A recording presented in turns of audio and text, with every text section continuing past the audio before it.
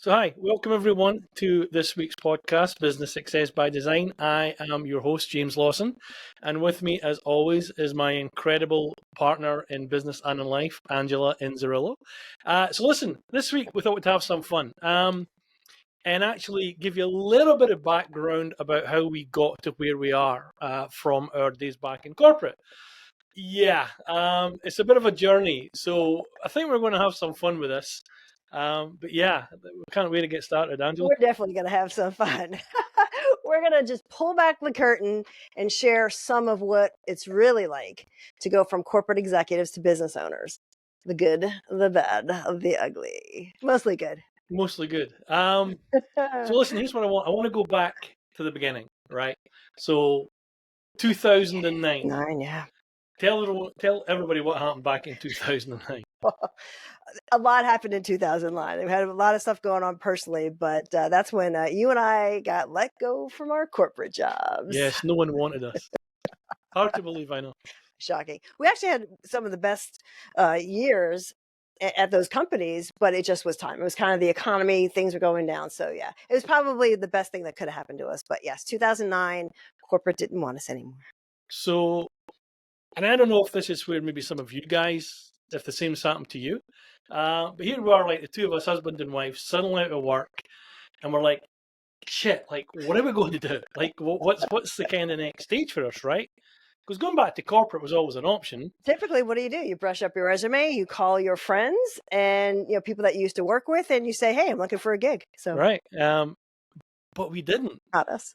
Because someone we knew said, "Hey, have you ever thought about entrepreneurship?"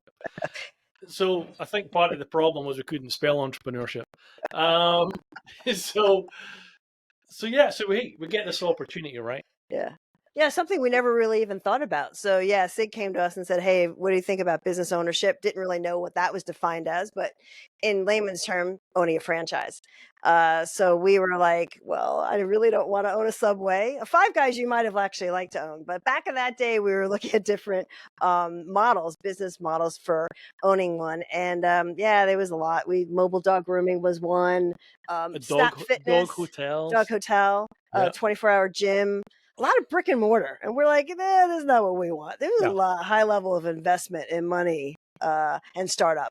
Right. And we knew that's something we didn't want. But plus our experience, and we definitely went through a process of identifying where our skills were. And yeah, business coaching, believe it or not. So our background had been in sales and marketing, right? So we get this idea. We found ourselves spending some tens of thousands of dollars and buying a franchise. And all in was close to six figures, but yeah, go ahead. Yeah, all in. So that's one thing you want to think about if you're thinking about a franchise. It is not a cheap investment, and it doesn't in any way, shape, or form guarantee that you're going to be successful either. Right. So we're in the franchise, right? So we get into this coaching franchise. What do you think was the single biggest mistake that we made once we got into the franchise? We thought we knew everything. So we kind of followed the model, but we didn't really follow the model because, again, we thought we just knew better coming from being successful in sales, being successful in marketing. We thought we knew better. So I'd say we probably got into it questioning really what the process was. Right. And I think that's lesson number one. Yeah. Right. If you're coming out of corporate and you've been successful, and by the way, we were really successful. We had some great years back in our corporate days. Don't think for a second that your success in corporate is going to translate to your success as an entrepreneur. Yeah. And I think that was probably one of the big mistakes that we made, was thinking that was going to happen. So rather than going with the system, what did we do? We kind of fought against the system. We tried to change the way the franchise was working, quite honestly.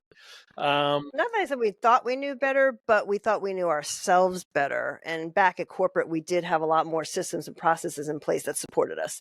And now we didn't have that anymore. Although we did have a great coach within the coaching franchise, and we learned a lot, but it just took us way too long to kind of figure out what worked well for us. Right.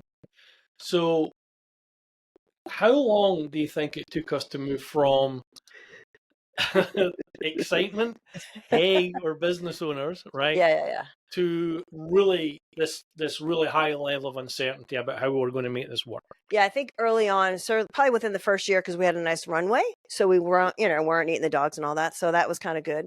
So we had a bit of security with money.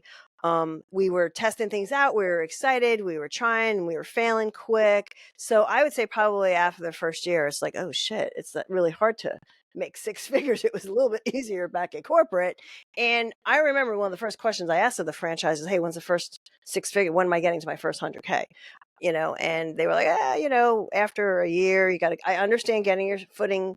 I understand putting, your process and getting your business started. But it took, I would say probably after the first and a half, maybe 2 years. 2 years, right? Yeah. Yeah, I was going to say the same, because it felt to me like when you get in, so one of the big challenges is when you get into entrepreneurship, especially if you've come out of corporate the way that we did, right? And even though we bought a franchise, which meant, hey, they've got some lovely systems, although they weren't very good.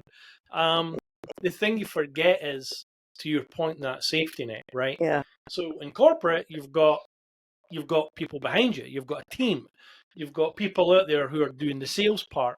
They're bringing the sales in, so you're part of a much bigger cog. But when you're in business for yourself, you're everything, right? We were. Right. So we had to kind of figure out during that time, like, who's going to be doing what in terms of the business. And I think from that level of excitement, because we're duplicating a lot of work. Yeah. Right? Well, we thought we had to do everything together. Yes. Yeah, that was not a good idea at all. But that was a big problem, right? Because now we're duplicating a lot of the effort. Right. Once we figured out that's not what you do, and you had made this point before about how we were told to build an organization chart. Yeah. Right. And what was your response? Like, dude, there's only two of us. Right.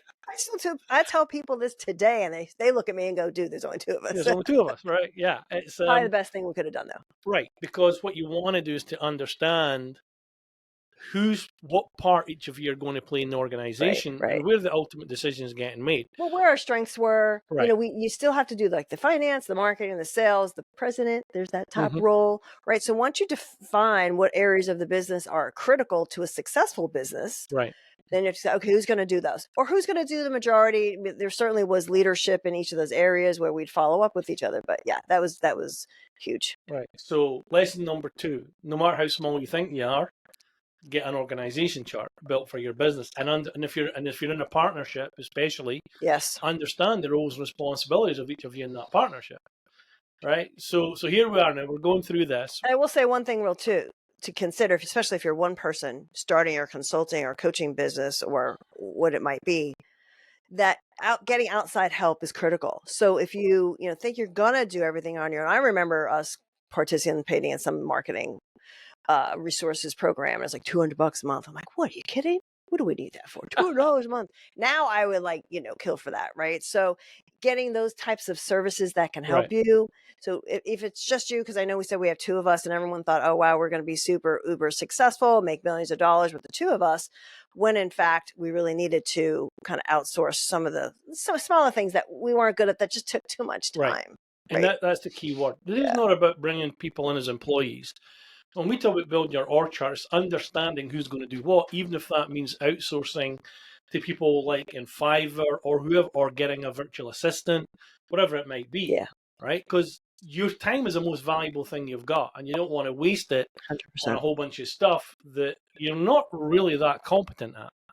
So fast forward, right? 4 years in, we've had a lousy 4 years. We've made a little bit of money. We did okay. We did all right. We weren't eating the dogs. We didn't know. We weren't eating the dogs. We were having fun. We like learning. That's fun. Enjoyed that part. It's expensive. But it was 4 years in before we realized, like, we need to be doing something different. Yeah. Right. Yeah. And a lot of that was really because the franchise, being a franchise, was still stuck in how they became successful like 10 years earlier. Mm-hmm. The market's moved on. We've seen the market move on. We've seen how people are moving more online. People are doing courses and programs, etc. Their franchise was still in that one-to-one coaching model, which there's nothing wrong with that if that's what you want to do. But we wanted to make a change. Yeah, right? And you also felt like you were not really best utilizing your resources. You were talking to one person about X, one-to-one coaching. Right. Next person about pretty much the same X. Next person about the same X. So if we really wanted to leverage our time and build a business model that worked for us longer term, we had to make a change. Right. The catalyst for that, I think, was when we really sat down and went, okay, what's our life vision? Mm-hmm. We Yeah. really hadn't done that, right? We hadn't sat down and went, what is it we're really trying to build, and why are we really trying to build it that way? Right. So when we got clear around what our life vision was, right? Sit on the beach, drink margaritas, make six figures. You kind of get to the point, right, where you figure out, well, there's only a couple of models that are going to help me do that. And what it really meant was, hey, we need to build a business we can run from anywhere. So we didn't want to be stuck here in Fairfax, and the business can only survive if we're here in this location. We got to build something where we've got clients from all over the world, preferably. Yeah, so the Right. business model had to change. The processes we used had to change. The infrastructure we used, it just had to be more flexible. And a lot of the tools have changed over the last, 5. So we've been in business now going into our 15th year, 2023, right from 2009. And it's a lot, in my opinion, a lot of things have changed. So there's been consolidation of companies and resources. So we're better utilizing internet's faster, right? You can really work pretty much from anywhere with good internet. Yes. So the environment in which we're working has drastically changed, and we saw that happen over the COVID period, right? Over the pandemic, 100%. everybody went online. We were already doing that, so with a leg up, at least at that point. So here we are, right? It's 2023. Things are going well. All right, we're doing really well as a business. Our client base is kind of where it needs to be, and we're attracting the right kind of people. But I always look back and go, how much of that was because of the way we went, or because we went online, or how much it was really just the power of the networks that we kind of built up. Oh yeah, power of the network, no doubt. One of the things the franchise taught us was get involved in your local chamber of commerce, not knowing what that was. We're like, okay. Now I'm the chairman of the board of one of them. So it's interesting how, things change over a few years. But we got involved in our local chamber, thinking we're going to do business with everybody that we met. When in fact our business really turned around. I tell people this when we started giving back and getting more involved in the community. So we did free webinars at the time, also seminars in person, and we would start leading and taking leadership roles in whether it's committee or on the board. And that's really when people, and in our world, it really is about know, like, and trust. So it was really important that we built that network of not just potential clients, but also partners and ventures, the business bankers, the accountants, folks that are your champions. It's really important to be leveraging other people's networks, right? So you can get more eyes, because you could only be so, everyone says, hey, I just see you everywhere. Yeah, I get that, but I'm only in so many places. It's just because I'm leveraging my network, I think. Right. So I think the key in all of that was, even though we're online now, and we see online like virtual, and we've got YouTube, and we're doing a lot of stuff virtually, the foundation of the business was still built on activating our network. Yes. Right. So it was the people we met, the people we like partnerships and JVs, and really starting to hone that and build on the network that allowed us later on, as we are now, to actually get online and do some of the really cool things that we're actually able to do right now. Yeah. Right, which is a lot of fun, which is doing the webinars, doing virtual trainings, and that type of thing. So lesson number 3 in all this is, don't get ahead of yourself. Right? There's a lot of people talking about getting online and doing Facebook ads and Google ads and this type of thing. And I think we're testament to the fact that if you really want it, if you're early stage and you really want to get moving, is build your network, build your list, activate your network, and work with the people that you can actually touch and feel. Yeah, if you think you don't have a network, not in a gross way, but no people touching, feeling things, people. But people that you can actually get hold of and shake hands with and have build a relationship around. Yeah, but I want to make sure people know too. I hear this a lot. I don't have a network. I don't know anybody. You do. And it's just a matter of reaching out. So whether it be former colleagues or people that maybe you worked with, people that go to your local church, right? Or your kids' soccer, teams and families and neighbors. So you always want to consider that people around you are your network, but you have to build it. And that's what we did. Went to the local chambers. We went to networking events. I grabbed cards. People would, opt into our, at the time, newsletter, or they'd come to our free events. And so that's how we built the network. And it's just a little bit it's just a little bit, every day. Right, and I mean, it's not like our list is 50,000 strong. No, not at all. Yeah. Right? It's not a big list. But everyone in that list, more or less, we've actually got a relationship with. We know them for the most part, or we've met them at least physically once or twice. So I think from that standpoint, like building the network, and this was all I just wasn't me at all. But Angela getting out there and meeting people and going to events allowed us then to get those same people into our own live events. Yes. Right, or workshops, etc., and that's what helped kind of jumpstart the business once we left the franchise. And let's be clear, it was me because that was my genius, my strength, and what I enjoy doing and what I do fairly well. Your strength was more about the presentations, right, and doing more of doing all of the coaching essentially. So that really kind of separated itself and made very much clear sense for our business. Right. So, what would you say to people who are watching this who are kind of in that early stage, maybe struggling a little, right? Where we were in that first 2 or 3 years, right? Because it was painful.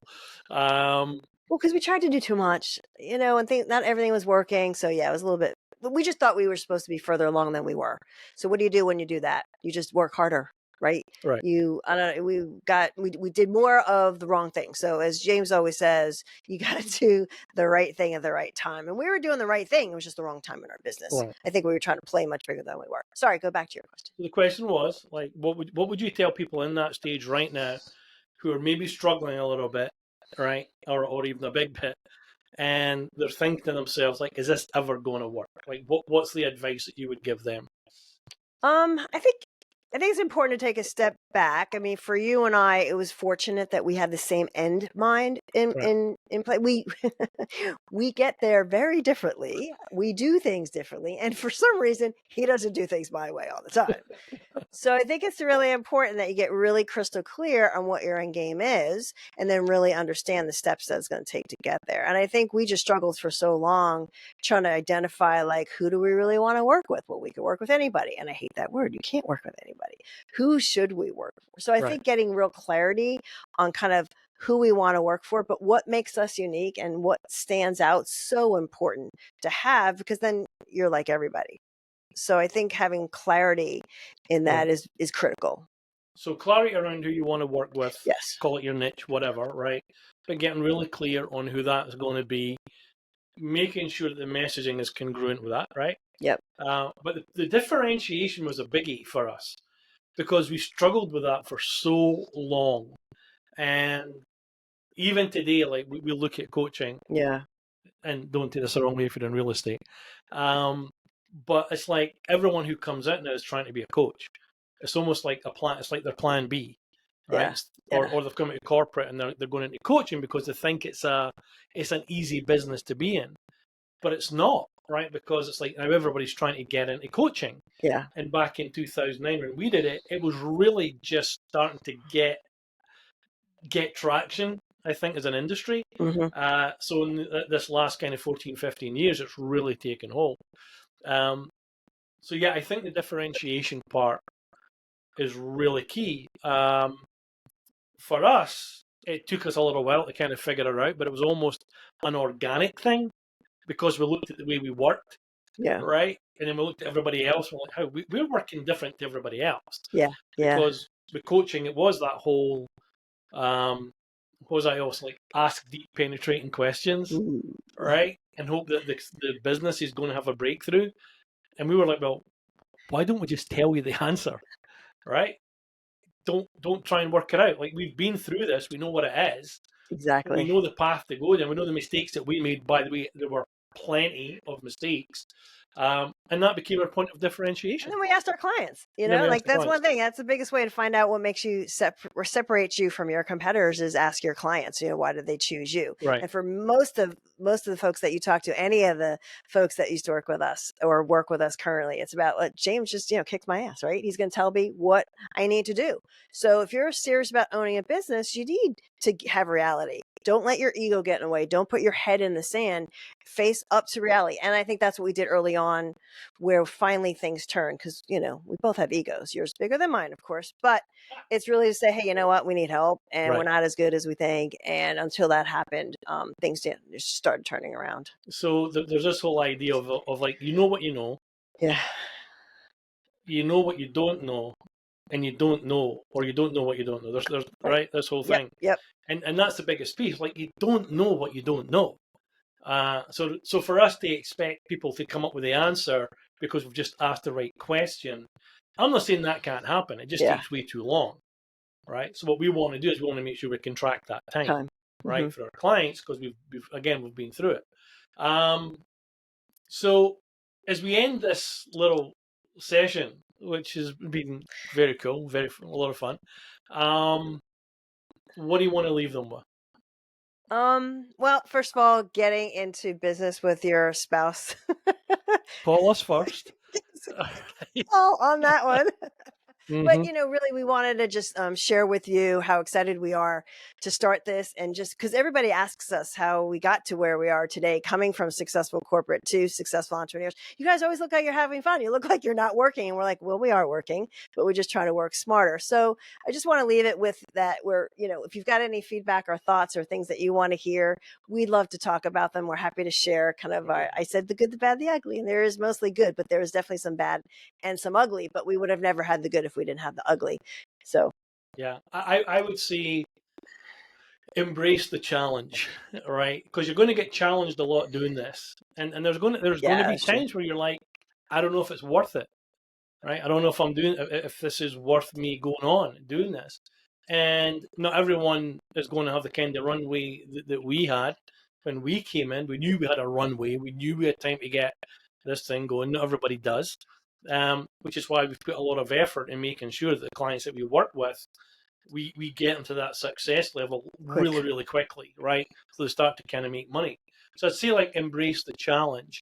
But more importantly is reach out and get help, whether Yeah. it's from us or from someone else.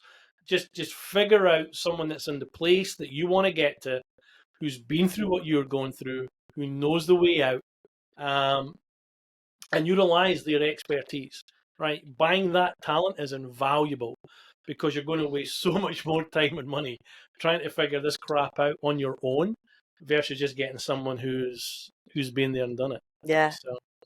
So that's it for this first episode of the Angela and James show.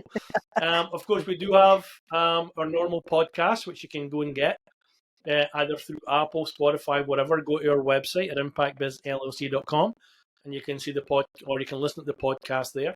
I do a video podcast probably every week, right? So you're going to get that. We've got a lot of stuff going on for you guys. Yeah, So so make sure you subscribe. I know that's yes, somewhere down below, and so you can hear us. yeah, Which, click the bell to get notified. yep. Subscribe to the channel, so you'll be part of the listening audience. But hopefully you've enjoyed this first one, and if you have any questions or comments, feel free to See 'em. leave them. We're all good. So yeah, we'll be around in the next week or two again. Can't wait. It's going to be fun. Take care.